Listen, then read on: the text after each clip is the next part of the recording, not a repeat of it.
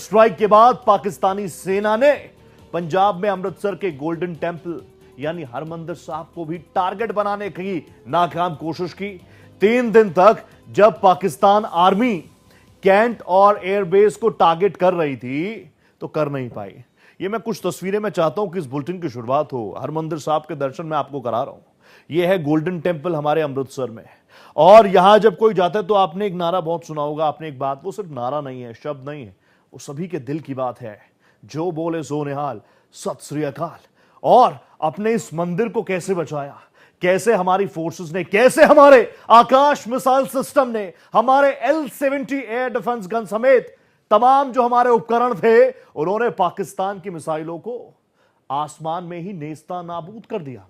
ये खास तस्वीरें मैं सिर्फ आपको इसलिए दिखा रहा हूं क्योंकि बार बार नापाक पाक की तरफ जब वो हमारी गोलियों को टारगेट नहीं कर पाए, जब वो हमारे एयर बेसिस को टारगेट नहीं कर पाए, तो उसके बाद उन्होंने टारगेट किया गोल्डन टेंपल को। बार नापाक पाक की तरफ जब वो हमारी गोलियों को टारगेट नहीं कर पाए, जब वो हमारे एयर बेसिस को टारगेट नहीं कर पाए, तो उसके बाद उन्होंने टारगेट किया गोल्डन टेंपल को।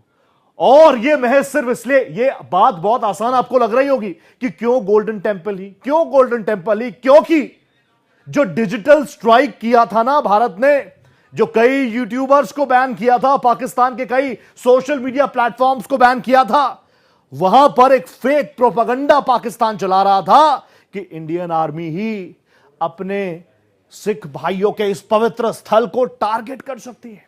वो ये बता रहे थे, झूठा प्रोपेगेंडा फैलाने का प्रयास कर रहे थे कि ऑपरेशन सिंदूर में जो हमारी सिख रेजिमेंट है वो भारत के साथ है ही नहीं, और इसीलिए देश में एक अलग माहौल, जैसे पहलगाम में आतंकियों ने पूछा था कि आपका धर्म क्या है, ताकि देश के अंदर हिंदू और मुसलमान के बीच खाई हो जाए, उसमें फेल हो गया। तो देश में सिखों के दिल में आक्रोश भरने का काम यह पाकिस्तान करना चाहता था। हमने अपने सिर्फ हरमंदिर साहब को नहीं बचाया, हालांकि यह थ्योरी भी, ये चीजें भी, पाकिस्तान कितना नीच है, कितना कायर है, बताने के लिए महज एक छोटी सी बानगी है। लेकिन क्योंकि भारतीय सेना, हिंद की सेना तैयार थी, और एक और चीज हो गई।